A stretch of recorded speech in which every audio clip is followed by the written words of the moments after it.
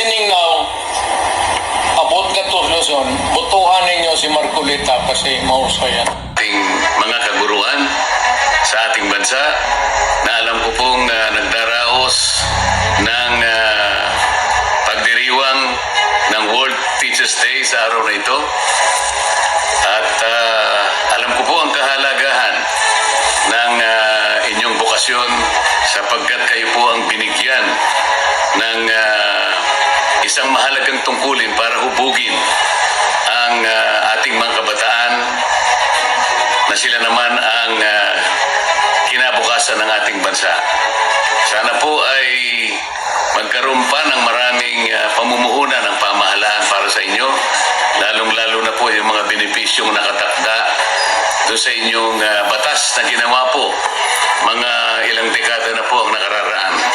Alam po ninyo yung mga tinatawag na benefits doon, katulad po ng special hardships allowance, meron din pong yung cost of living allowance, meron din po kayong tinatawag na medical examination and medical treatment, meron din po kayong itinatadhana ng mga oras na kailangan hindi kayo sobrang magturo sa classroom ng 6 na oras, at pagka sumobra dyan, meron kayong karampatang dagdag na about 25% ng inyong sinasahod. Sana'y dumating po ang panahon ng lahat ng benepisyong yan ay mapapasa inyo. Sapagkat ang sabi nga nila, you have to invest in teachers in order for our children to succeed. At gusto ko rin pong paalam sa inyo na naiintindihan namin ang kahalagahan ng inyong papel na ginagampanan. Sabi nga nila, a good education can change anyone.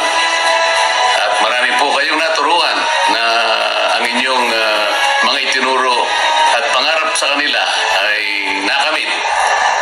Kasama na po ang inyong lingkod na nagpapasalamat sa mga mabubuting itinuro at pangaral mula sa inyong aming mga guro. Sabi nila na Kung pilit kayo na may relasyon na kayo, romantic talaga. romantically linked bang lang kaya? Oo, ano totoo ba? Romantically linked lang. Sexual ko na yan. Sabi nila nag-intercourse na may sexual intercourse. Hindi, kaya sabi tatanungin mo sila. Sabi ko nagtatanong si Duterte, daw may. Use the word. Relasyon mo ka. Yung mga ganun-ganun na katapsing yun. Diretsuhin na natin. Nagkauyang pa yan sila ni Duterte o ba ni Duterte si Garma?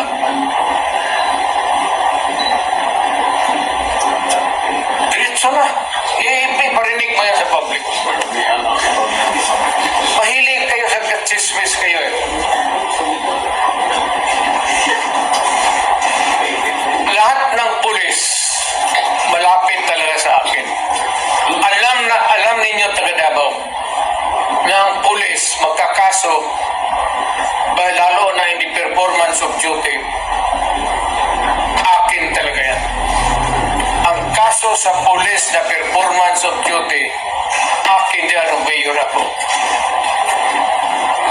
Walang problema yan. Hanggang personal nila. Ngayon ko nagduda sila o may chismis na paminikalma